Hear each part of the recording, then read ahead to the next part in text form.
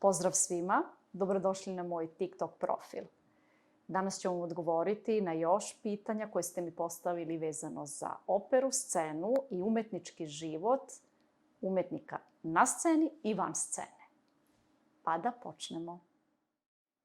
Kako izgleda vaš proces pripreme arije?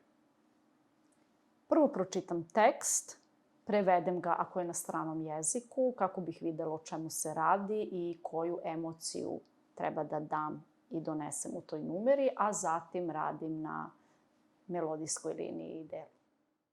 Da li ste nekada poželili da budete nevidljivi?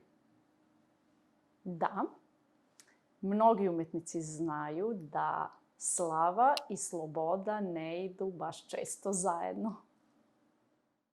Kada znate da vam treba pauza? Kada sa ushićenjem i velikom radošću ne čekam sledeći nastup, tad znači da sam zaista preumorna i da mi treba odmor. Koja uloga vam je najbliža po karakteru? Možda Amina iz Bellinijeve La Sonambula, nežna spolja, snažna iznutra. Kako znate da ste imali dobar nastup? Kada dobijem veliki aplauz, ovacije i kada vidim srećna i nasmejana lica u publici, zadovoljna.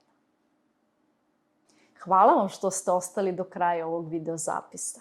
Ako vam se ovakav sadržaj dopada, ostavite utiske u komentarima.